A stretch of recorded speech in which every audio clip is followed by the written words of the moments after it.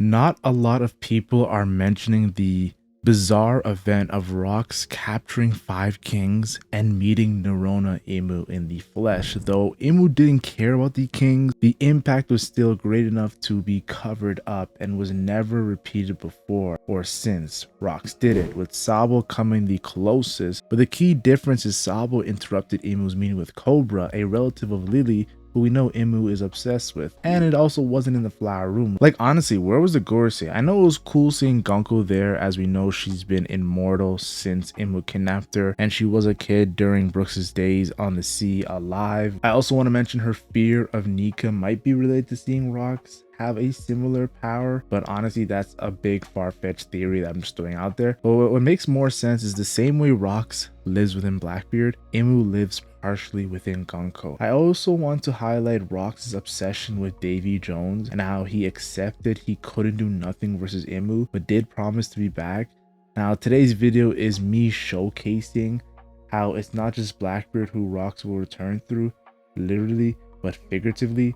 He will return through Monkey D. Dragon, who is the complete opposite of Rocks and Blackbeard, as seen recently when he spoke of people's self-interest in killing each other for habitable land after Vegapunk's message during Egghead Island, and how he has to make a move. And I know people might call BS because Dragon never makes a move, especially with him saying once the Holy Knights immobilize, he will make a move. And they've been immobilized, Dragon, and where are you at though? But I believe Dragon will move, and this Rocks flashback is the final push into his, of course, big push. And I think it actually already happened, with Scarpa revealing Kankurazaki coding is the key to win. This was also confirmed by Loki, who was asked to join the Holy Knights and the Straw Hat Pirates, and his father clashed with Rocks with Kankurazaki coding. Expect Dragon to be on similar standings to Rocks' power when it comes to hockey. So let's do a deep dive on these two Willie D members who are polar opposites, but I believe they have a connection. And just because Blackbeard is Rocks' son doesn't mean that Monkey D. Dragon can still not be looking at Rocks as a role model. It would just be crazy because we know Garp and his actual father Garp and Rocks had a run-in God Valley. So definitely can't wait to see more of Monkey D. Dragon. Like this video, subscribe to the channel, turn on notifications, because this is one of my favorite videos I'm making when it comes to the recent chapter, Monkey D. Dragon's involvement in all this. Now you have to remember, One Piece is a very long series, and when it comes to very long-winded series, people forget minor details that become bigger later on in the story. And I think one of the most minor details that has become bigger and later in the story is Monkey D. Dragon.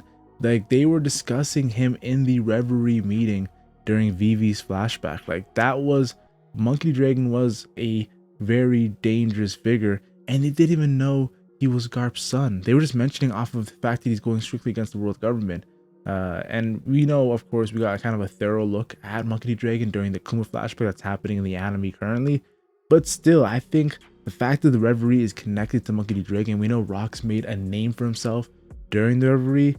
This is a big deal. Then also, we can't forget to mention the fact that Monkey D. Dragon sent his top revolutionary commanders to the Reverie, with Sabo, of course, leading the group, and Sabo even seeing Imu. Now, obvious, this is definitely inspiration of Rocks seeing Imu, Sabo being able to see Imu, though it was in different ways.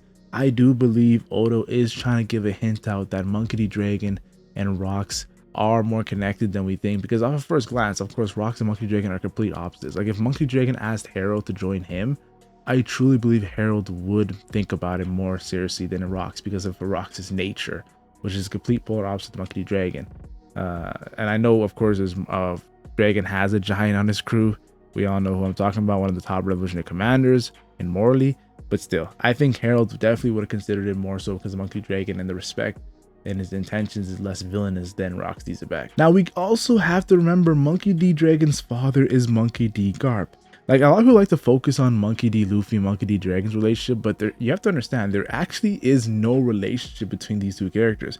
What we should actually focus on is Monkey D. Dragon and Monkey D. Garp, because there is a relationship that's been shrouded in mystery. And we know that Garp's heavily connected to Rocks because they said that Garp teamed up with a pirate, and he hates pirates, and he teamed up with his rival Goldie Roger to take down Rocks D. Xebec. So the fact that Garp is a player in all this Rock stuff, and his son Monkey D. Dragon, like, we all know there's situations where your son will get motivated by your enemy. Look at Ace. Ace's father is Roger, but he followed Whitebeard, his rival. So you'll see moments like this in the story. It's not that surprisingly. I think Oda's trying to throw the message that just because bloodline is there definitely still needs to be nurturing that changes where the trajectory you go as a person. And then we also have to mention that Monkey D. Dragon was at Roger's execution. Now we know Garp and Roger had a really strong relationship to the point that Roger gave his son Ace to Garp to take care of, and Roger considered Garp a part of his crew. That's how close interactions they've had. Garp was chasing Roger so many times. But the fact that Dragon is at Roger's execution, I think it goes to show more so because of Dragon knowing that Roger had a big part in stopping Rocks D Xebec. And you have to understand, Rocks D Xebec was going to get the world government, the Celestial Dragons, trying to free their slaves. Like, he was doing some things that you think, why did Roger and Garp stop it? They should have just let Rocks do what he had to do, and maybe even team up with him to stop the evil world government led by Imu and the Gorosei. But definitely context matters. I think Dragon coming to Rock's execution, I think he does have some context in that God Valley incident. Now, I think post time skip, a moment that we all hyped up after Dressrosa that definitely rarely gets talked about now is when the Revolutionaries and the Blackbeard Pirates clash because of Jesus Burgess exposing Baltigo. And of course, Jesus Burgess fighting a revolutionary in Sabo. I think definitely Blackbeard and Dragon had to confront each other. And if Blackbeard and Dragon confront each other, Dragon being the son of Garp, Blackbeard being the son of Rocks, the conversation is there. And the fact that Garp is right now kidnapped or captured by Blackbeard, another confrontation between Dragon and Blackbeard because of Garp, I think would be cool to see. I think Blackbeard and Dragon could have a lot of run-ins before we get that Luffy versus Blackbeard, guys. It wouldn't shock me. I also have to mention Dragon's mark on his face. We know during Roger's execution he didn't have that mark, but of course the current Dragon does have that mark on his face, and it's similar to the scar on Rocks D Xebec. Look at Roger, look at Garp. They don't have a significant scar like Rocks D Xebec has on his face. And the wild hair as well, the fact that Monkey D. Dragon has that wild hair as well, and he's going strictly against the world government just like how Rocks was, I genuinely believe the only difference between Dragon and Rocks is their personalities and the fact that Dragon's a revolutionary and Rocks is a pirate. But a lot of the things they were doing were very similar. I think the only thing that we have to mention is Rocks had so much legendary characters under him, where Dragon only has he has Sabo and he had Kuma as well. Those were pretty key figures. And of course, the top revolutionary commanders are cool and all, Caruso, Ivankov, but definitely no notorious pirate like a monster is truly under Dragon like Rocks had. So it looks like Dragon is more so going to be involved in a more so world like politics situation rather than a power overpowering the world government in a sense, because he doesn't like fighting. We know Vegapunk revealed that. Now, the fact that he's the most wanted man and he's going strictly against the world government, like Rock's organization did as well. And we know Rocks, after killing an admiral, became a notorious figure with a huge bounty. Definitely makes me think that Rocks D Xebec's bounty could be on the same level as Monkey D. Dragon. Now, I think Monkey D. Dragon being the most wanted man while Whitebeard existed, and Whitebeard has a 5 billion berry bounty, Monkey D. Dragon's bounty should be around the ballpark as Gold D. Roger. And if it is, it's around the same ballpark probably as Rocks D. Xebec, the captain of Whitebeard.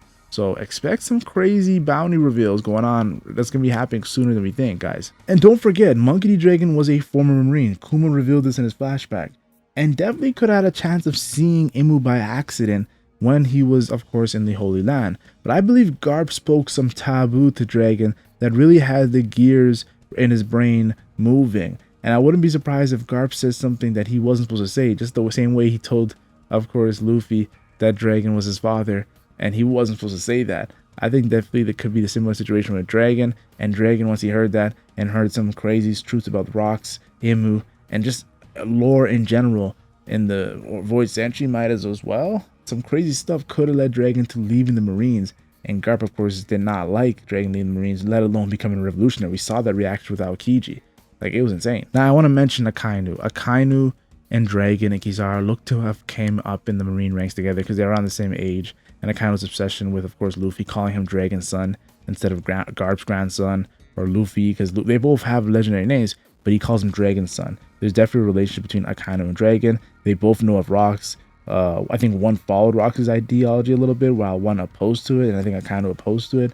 Remember when Fujitora was bringing up Rox, and I kind of said, stop acting like it's make-believe or something, like it's happening.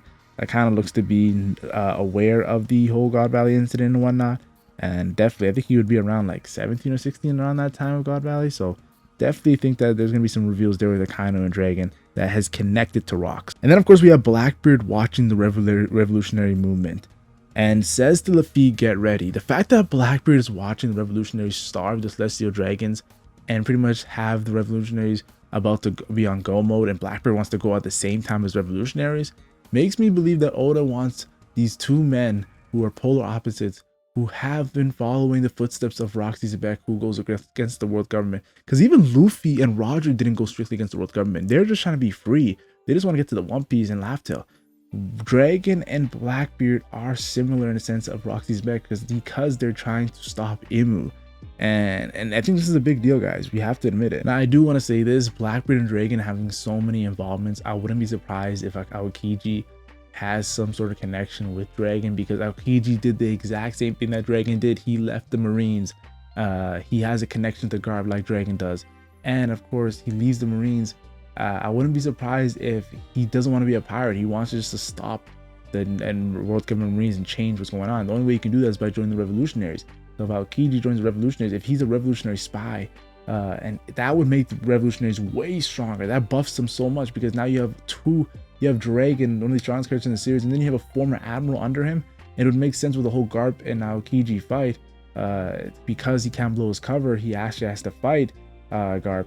I think that Aokiji betraying Blackbeard and joining Dragon, and it all connects to Rocks too, because Blackbeard and Dragon are, I think, connected to Rocks. Blackbeard actually bloodline, but more so Dragon and its ideology and what he's doing. I think it would be really cool to see Aokiji actually switch sides to the revolutionaries. But the final thing I want to say is, when Imu was in Elbaf, he said the Holy Land is in flames. So don't be surprised if Dragon has already made his move, but Blackbeard has already made his move right after. And if Blackbeard makes his move, this is all like a domino effect, a snowball effect. Shanks makes his move. We're gonna see Shanks and Blackbeard run into each other. We're gonna see Dragon and Imu run into each other. And the winner of these two battles will have to go at each other. And I believe that Imu versus Dragon, Imu is going to win. And I believe Blackbeard versus Shanks, Blackbeard is going to win. And that will lead up to Imu and Blackbeard. And don't forget, Luffy after Elbaf will definitely be part of this. This is the final saga, guys. A lot of craziness is about to happen, so get ready. These flashbacks are cool and all, but the current story is about to get super hectic. So I can't wait, guys. And as a fan of the series, this chapter has brought so many speculations that, like, I can talk about this for months on end just because of this one two chapters, guys. It's insane.